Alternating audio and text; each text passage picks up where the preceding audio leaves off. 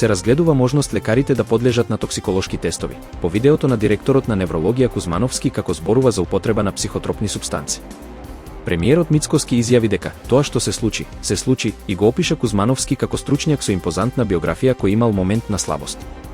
Во меѓувреме, стручна комисија ја проверува неговата работа, бидејќи му истекла лиценцата уште во март, а Фондот за здравство бара електронска проверка на сите активни лиценци за да се спречат злоупотреби. Комората сега одлучува дали ќе му ја продолжи лиценцата.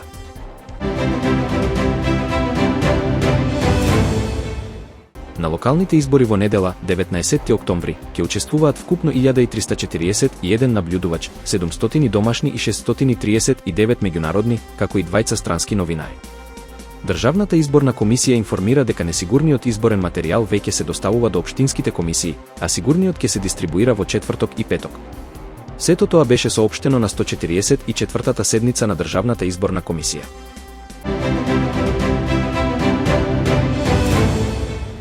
Почнува проект за целосна реконструкција на железничката станица во Скопје, кој треба да заврши паралелно со пуштањето на брзата пруга на коридорот 10 и кракот до аеродромот. Директорот на Македонска железничка инфраструктура, Синиша Ивановски, изјави дека финансирањето може да биде од државниот буџет, преку заем или преку стратешко партнерство со Велика Британија. Од Градежниот и архитектонскиот факултет истакнуваат дека проектот ќе опфати реконструкција на пругата и модернизација на објектот, кој треба да стане современ социјален и културен центар на Скопје.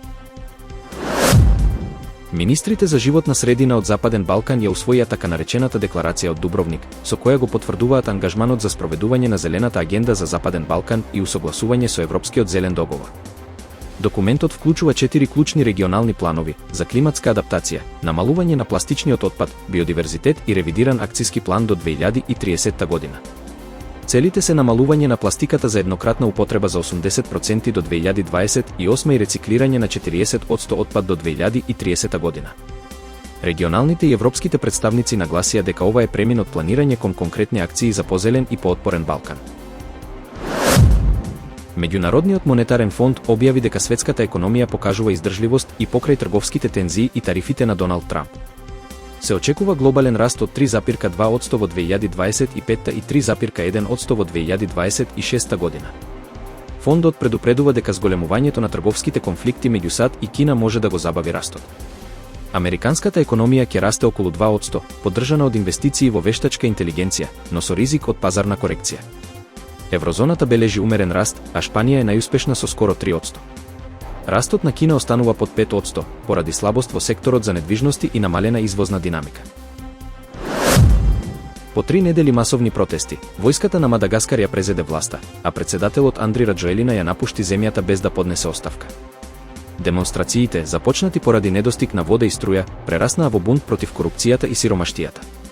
Специјалната единица Капсат ја презеде контролата врз безбедносните сили, а дел од полицијата се придружи на народот. До сега има најмалку 22 загинати и над 100 повредени. Раджоелина тврди дека избегал поради закана по животот, додека земјата тоне во политичка криза со распуштен парламент и воена управа.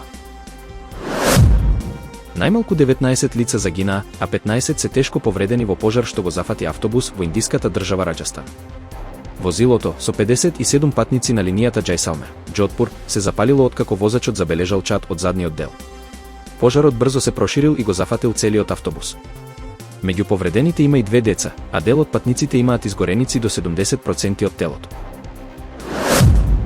Во наредните денови Македонија ќе биде под влијание на влажен бран од Медитеранот, со облачно време и повремени обилни врнежи од дожд, локално над 20 литри на метар квадратен.